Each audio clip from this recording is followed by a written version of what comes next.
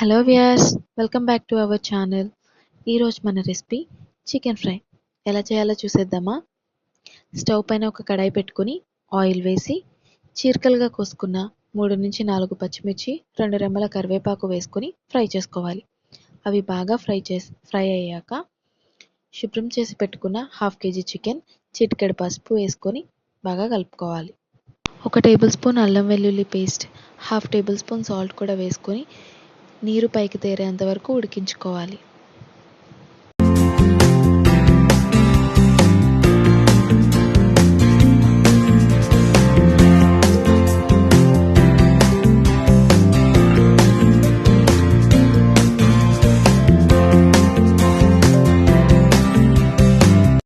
నీరు పైకి తేరాక దానిలో 1 టేబుల్ స్పూన్ గరం మసాలా వేసుకొని బాగా కలిపి మూత పెట్టుకుని 10 నుంచి 15 నిమిషాలు నూనె పైకి తేరేంత వరకు ఉడకనివ్వాలి.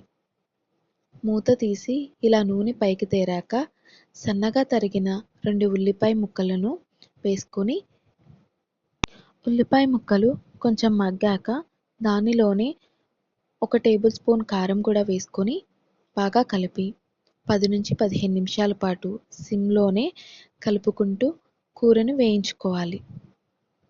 మరీ డీప్ ఫ్రై కాకుండా, అలా అని మరీ గ్రేవీ కాకుండా రైస్లో కలుపుకుంటే రైస్ అంతా కర్రీతో తినేయచ్చు అనేలా మన చికెన్ ఫ్రై రెడీ అయిపోతుంది. మీరు మళ్ళీ ప్రత్యేకంగా రసం చేయవలసిన అవసరమే ఉండదు. రైస్ మొత్తం ఫ్రైతోనే తినేస్తారు.